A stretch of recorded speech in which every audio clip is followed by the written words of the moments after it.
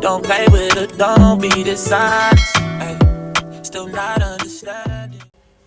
Halo guys, kembali lagi bersama aku, Amelia VGT, mahasiswa dari Universitas Khairul Ternate, Fakultas Ekonomi dan Bisnis, program studi akuntansi. Jadi di pertemuan kali ini aku akan membahas materi tentang etnografi. Jadi langsung kita ke pembahasannya. Pengertian etnografi, perkembangan penggunaan internet tersebut membuat para peneliti, khususnya penelitian dalam bidang pemasaran, mengembangkan pendekatan baru yang disebut dengan etnografi. Dari sisi penamanya, etnografi berasal dari dua suku kata, yaitu internet dan etnografi. Jadi dapat disimpulkan bahwa etnografi adalah metode etnografi yang digunakan terhadap para pengguna internet atau netizen. Adapun etnografi merupakan metode lama yang biasa digunakan dalam ilmu antropologi.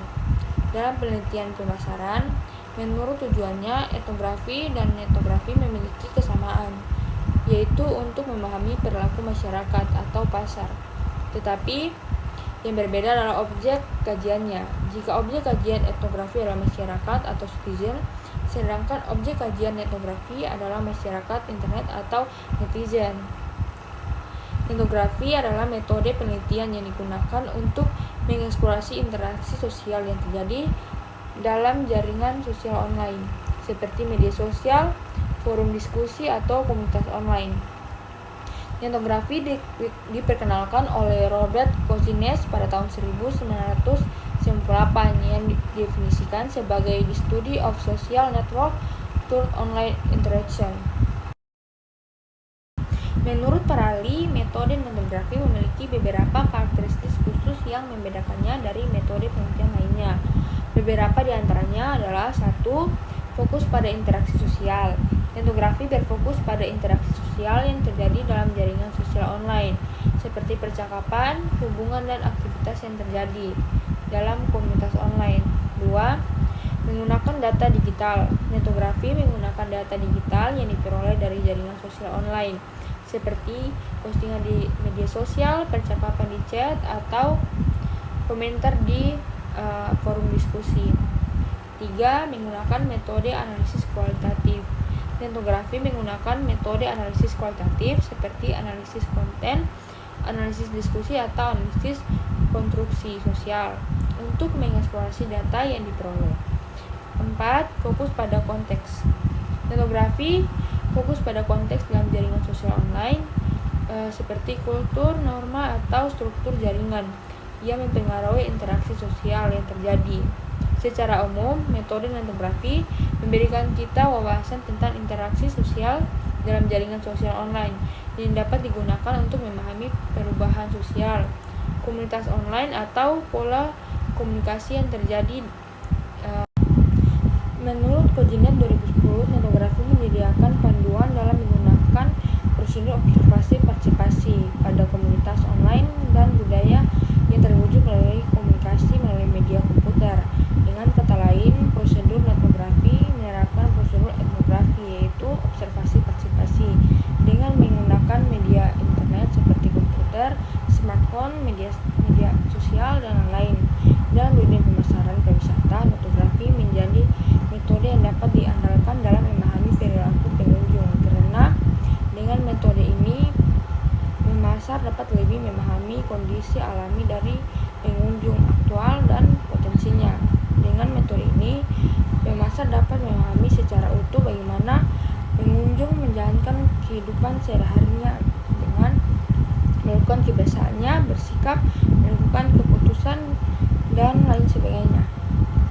Tetapi menurut saya, metode ini memiliki kelemahan jika dibandingkan dengan etnografi secara konvensional, karena objek studi metode ini adalah netizen atau masyarakat maya. Membuat teknik pengumpulan data sebagai besar tidak dapat dilakukan dengan berinteraksi langsung secara fisik, dan biasanya menggunakan cara korespondensi melalui email, chatting, atau sosial media. Tidak seperti etnografi yang dapat dilakukan dengan berinteraksi langsung secara fisik. Berikut ini adalah langkah-langkah melakukan prosedur etnografi. 1. Identifikasi platform jaringan sosial. harus menentukan platform jaringan sosial yang akan diteliti, seperti media sosial, forum diskusi, atau komunitas online. 2. Identifikasi komunitas atau grup target.